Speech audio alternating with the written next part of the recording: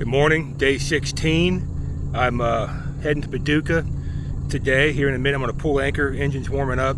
I've been spraying the boat off all morning. I was attacked by mayflies again last night.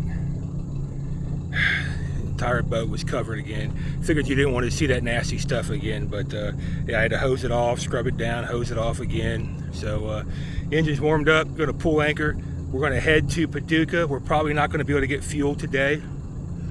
I'll probably just shoot right by it and go to that Cuba island, anchor off, and then take the dink back, and maybe Monday try and get the boat at the dock in Paducah and get some fuel once the weekend's over. That's the plan. Paducah. All right, I'm gonna show you this. This is, again, I don't have a lot of zoom on this camera. The proper dredging operation going on there. I don't even know what they have. 1, 2, 3, 4, 5 or 6 towboats assisting them. There's probably a dozen full hopper barges full of dredge tailings and a dozen more on standby. Decent sized dredge. Now, a week ago, first of all, the question was asked a few videos back about, do you want raw, uncut, longer videos? And I guess the polls are back. Yes, longer, uncut videos. Raw. What? Raw. Raw? Raw. So one thing I cut out a few weeks ago, and I think I might have deleted it. I don't think I have anymore. I was kind of trying to clean up all the video clips on my SD card here. I passed up a Corps of Engineer dredge somewhere about a week ago, and it was massive. It was impressive. It had dozens of support vessels.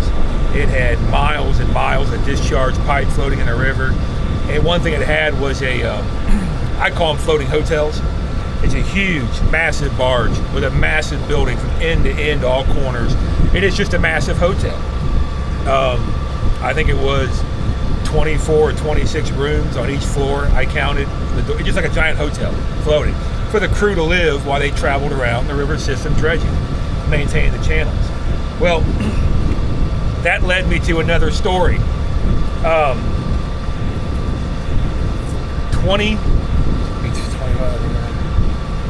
20 years ago, I did a job in Hickman, Tennessee, and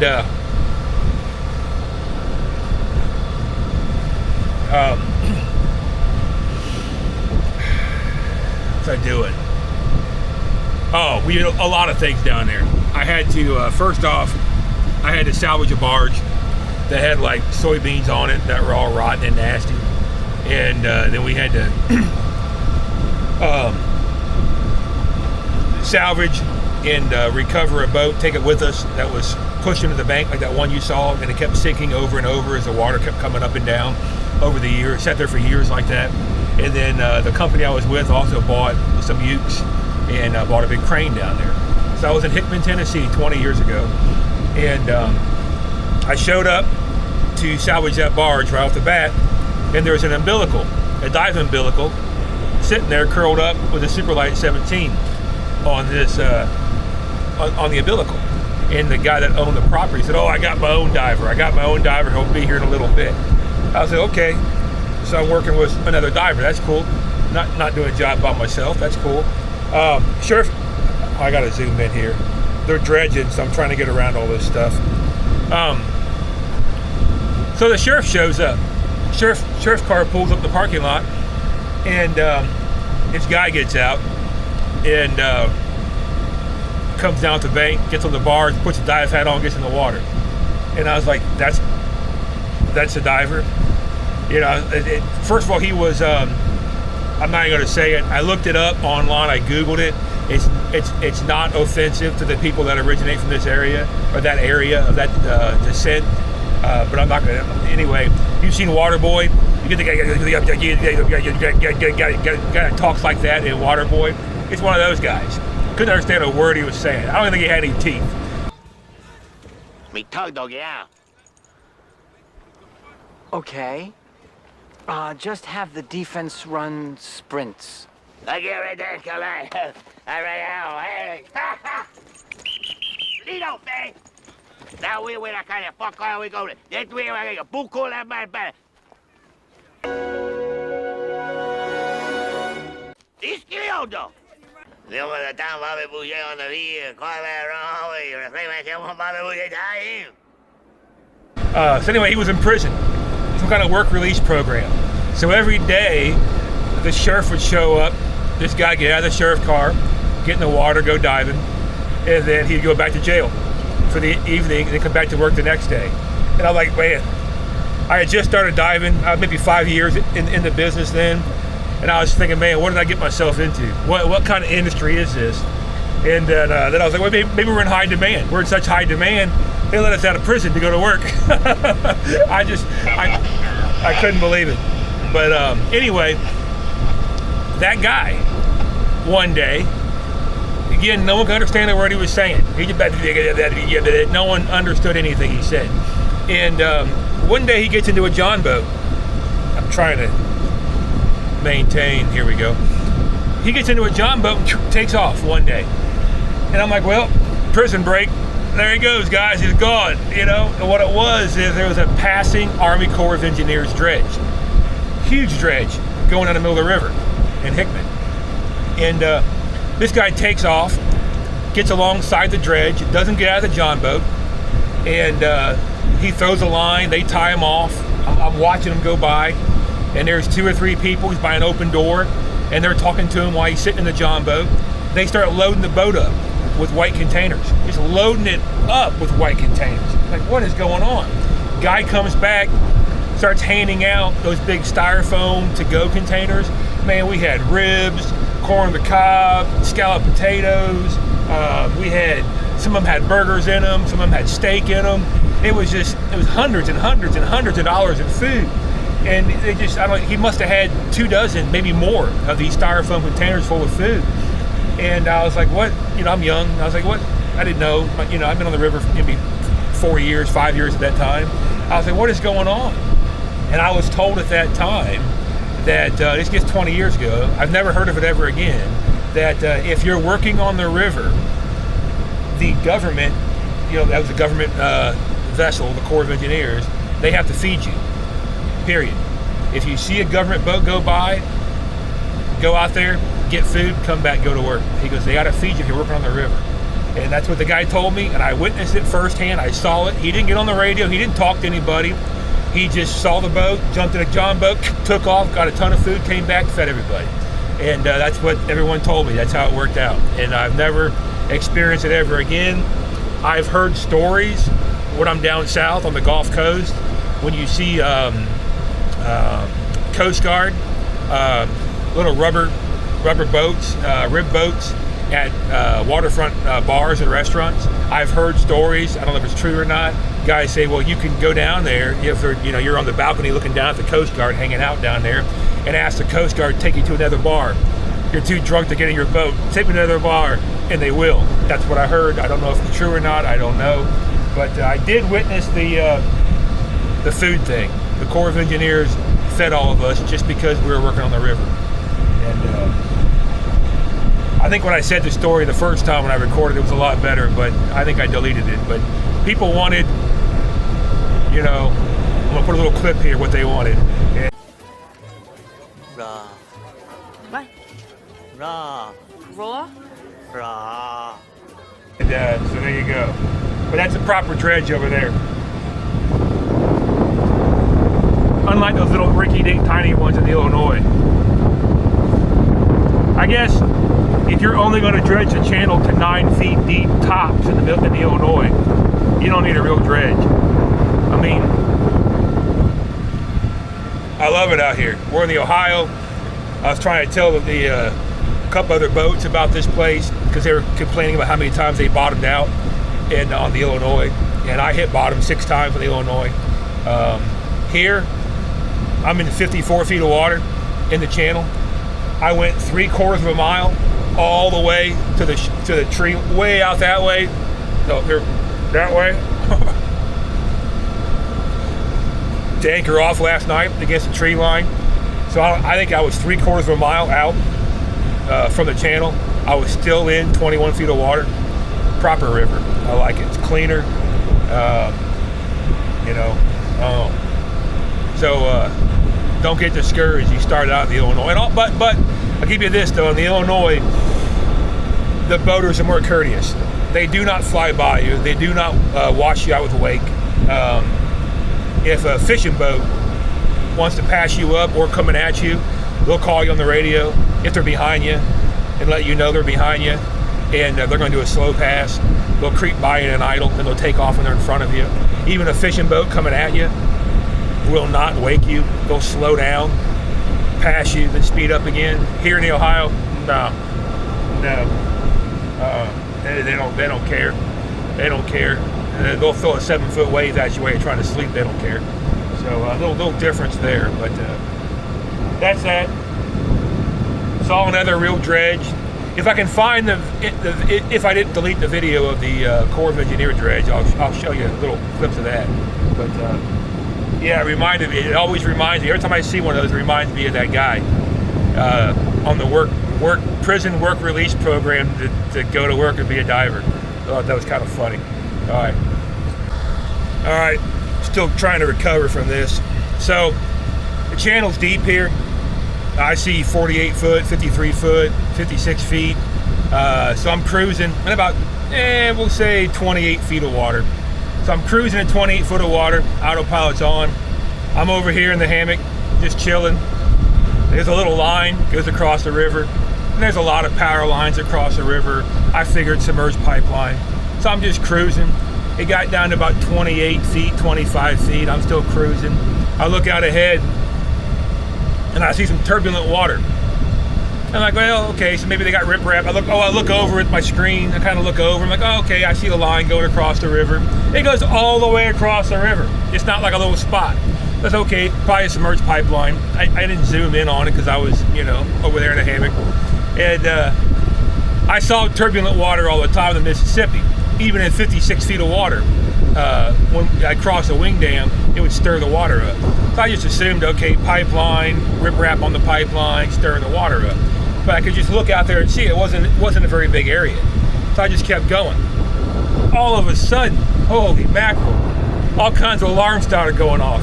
I went from 28 foot of water to 3.5 feet of water, just like that. And I jumped up and I was like, oh no, do I put it in neutral? Do I throw it in reverse? I was like, it happened so fast. I was like, So I ended up throwing it in neutral. And I was like, you know what? It's not getting any shallower. So I went ahead and threw it in reverse. And it takes a long time for the boat to go in reverse. And so as the boat's slowing down and I'm flooring it in reverse, it goes right back to 30 foot of water, just like that. And so I zoom in. I'm going to show you this. So here it is here. It goes all the way across the river. You read the fine print down here, that's a dam. So this over here is 55 feet of water in the channel, 30 feet of water in the channel, 3.5 feet under my keel. I draft 5 foot. This is 9 foot of water and back to 30 feet of water. So, whew, really? Give you a heart attack, man. Man, was not expecting that. That was scary. All right, I'm looking at the Paducah dock. There's room to get in there, but those are transient slips. They have a free dock from 11 to 3. And what I'm gonna do is I'm gonna pull in there, check it out. Someone told me there is fuel at the free dock. You just gotta call in advance. So what I'll do is I'll check it out. I'm gonna go downriver to Cuba Towhead, the little island down there, drop the hook. I want to do a food inventory, go through my freezer, pull it all apart. There's a Walmart and a Kroger's in town. I may do one of those. I've never done it before, but I may do one of those Walmart or Kroger's food deliveries to the dock.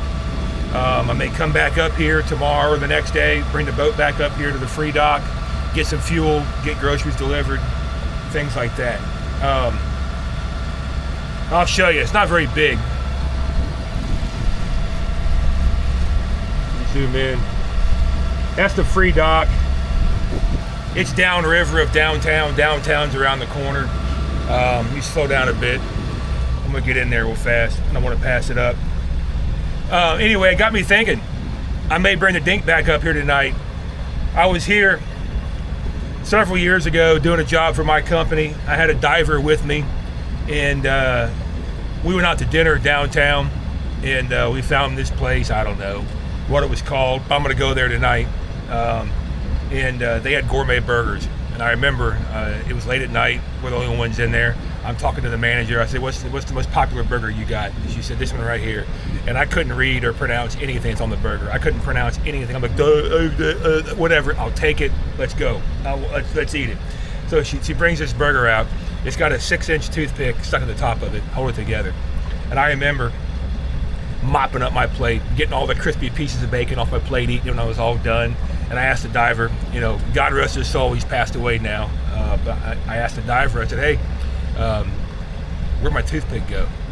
And he's looking around, I'm looking around, I'm getting kind of worried. Manager comes out, wants to know how the food was. And I said, I think I ate the toothpick. And she's like, no. I'm like, I don't know, I'm Googling it. Am I gonna die? What happens if you eat a 6-inch toothpick?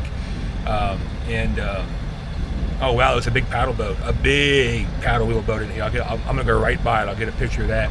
And so she brings the cook out. The cook verifies, yes, indeed, there was a toothpick in the burger. We tore the place apart under the table, the whole table, in the cushions, everything. So long story short, the burger was so amazing. I ate the wooden toothpick. I was worried for days I was gonna have some kind of complications from that, but I'm all right. So I'm gonna go back there tonight if I can, and I'm gonna tell them to definitely hold the toothpick this time. So I don't know, good burgers. All right, that's it. I'm gonna pull in here. There is, I'm gonna zoom you over here. I'm gonna go right past that. That is a giant paddle wheel. It's gotta be 1, 2, 3, 4, 5, I'm gonna say 7 stories maybe. We're gonna go right past that. I think that's right in front of downtown. So let me check the dock out and we'll head down that little chute right there. That's Paducah. Great big stern wheel. Try and get a shot from the other side. All right, check this out. Turn him down. Big paddle wheel shoved in right here downtown Paducah. I salvaged one of these several years ago, and back here the paddles, I had to, you see the walkway that sticks out? I don't know what that's called back there, but there's a shaft that holds the paddles on. I had to go in there while this thing was sunk and run rigging underneath on both sides to pick it up. Well, I had to burn the linkage, disconnect the wheel, get inside there, and while I'm down there, it came free back here in the back, and it starts to spin in the current. It starts beating me down in the mud, hit me in my shoulders, hit me in my head, and I had to, anyway, I had to break off a bunch of paddles back there in the back. I remember the owner of the paddle wheel was on the bank, and I said, sorry, man. He's like, just tear it up, don't get crushed, don't get beat down there in the mud. But yeah, I had to tear a bunch of paddles off of that. They were just wooden to get out of there without getting pushed down in the mud. That's the American Splendor, downtown Paducah.